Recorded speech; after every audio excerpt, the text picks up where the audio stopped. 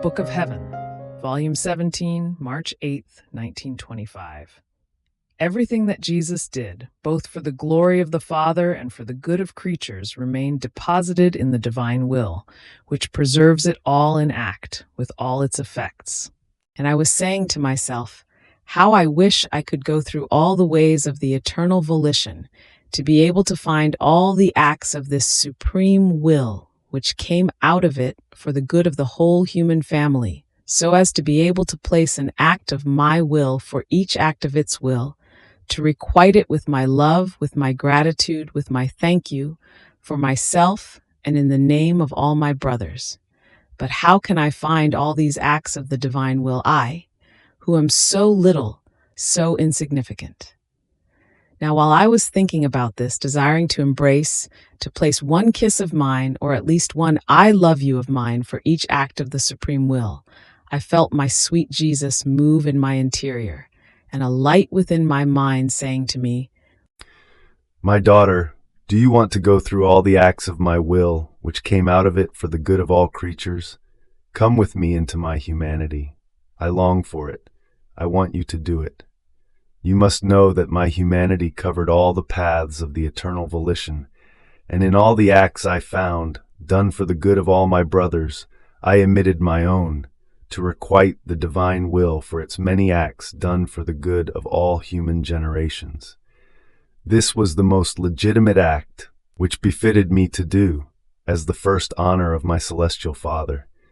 And as I kept doing it, I left the deposit of my acts in the divine will itself, that they might remain always in act of giving to my divine Father this legitimate honor which creatures do not give him, and of forcing the eternal will to make peace with the human will.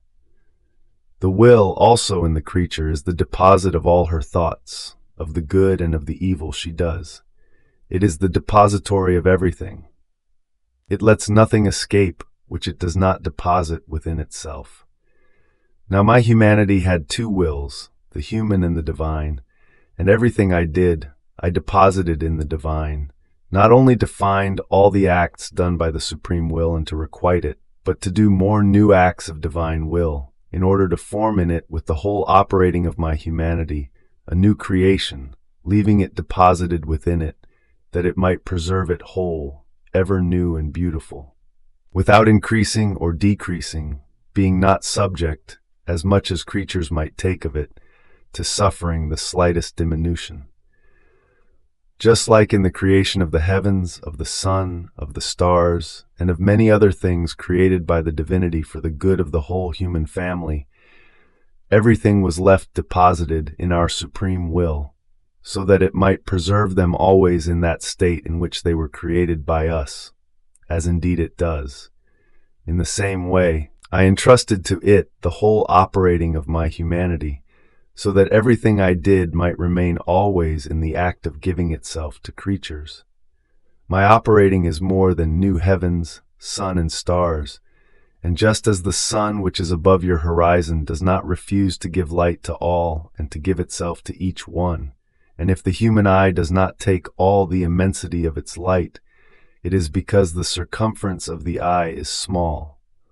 Or rather, the eye takes more light according to how sharp and good its sight is, even though the sun remains in the act of wanting to give the whole of itself.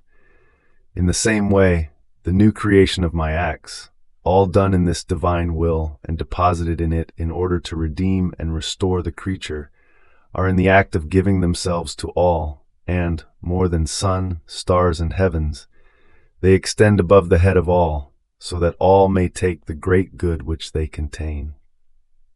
However, there is a great difference between the sun which shines in the azure heavens and the one contained in the azure heaven of my humanity.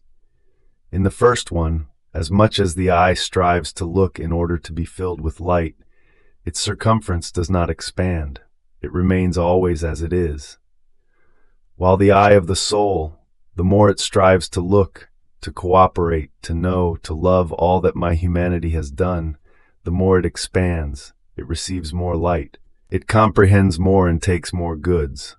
Therefore it is in the soul's power to be richer or poorer, more filled with light and heat, or colder and filled with darkness. Now, if you want to cover the paths of the eternal volition, enter through the door of my humanity.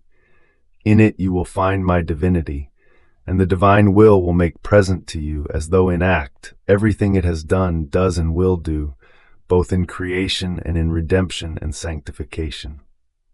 And you will have the contentment of being able to kiss those acts and to place in them your little act of love, of adoration, of gratitude. You will find them all in the act of giving themselves to you, and you will love them and will take the gifts of your celestial Father. Greater gift he could not give you, that is, the gifts, the fruits, the effects of his will. But you will take them according to how much you cooperate and let your will live dissolved within mine. Then, for a little while, I felt all of myself in Jesus, and I seemed to find in him, as though in act, all the operating of the divine will for the good of creatures. I tried to follow, one by one, the acts of the supreme will, but while I was doing this, everything disappeared. The delirium of wanting to find my sweet Jesus again made me agonize. Then, after many hardships, I felt him behind my shoulders, extending his arms toward me and taking my hands in his. With violence, I pulled him to front, and with all the bitterness of my soul, I said to him, "Jesus, you do not love me anymore." And he, immediately giving me no time to say anything else, told me, My daughter, what? To me you say you do not love me anymore? These words can be spoken to creatures, but not to your Jesus, to the one who can never fail in love. And while he was saying this, he fixed on me, deep inside, as if he wanted to find something in me which interested him very much, and he kept looking and looking. Finally, I felt another Jesus come out from within my interior, all similar to the one outside. I remained surprised in seeing that my Jesus was inside of me and outside of me, and he, all goodness, told me, Tell me, my daughter, who formed this new life of mine in you? Is it not love? Are they not my loving chains, which not only formed me within you, but keep me bound and clasped to you? And so that this life of mine might always grow within you, I placed in you my eternal will, and as it is one with yours, we nourish ourselves together with the same celestial food, in such a way as to make my life one with yours. And with all this, you say, you do not love me anymore? I remained confused and did not know what to say.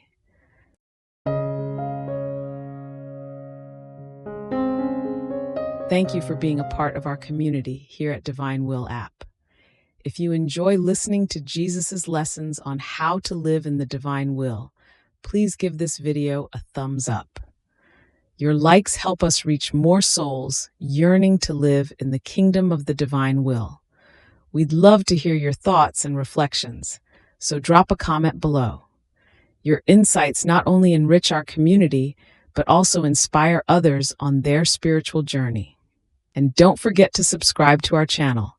By joining us, you're helping to spread the news of the kingdom of the divine will, so that together we can bring his kingdom to reign on earth as it is in heaven. In the divine will, always.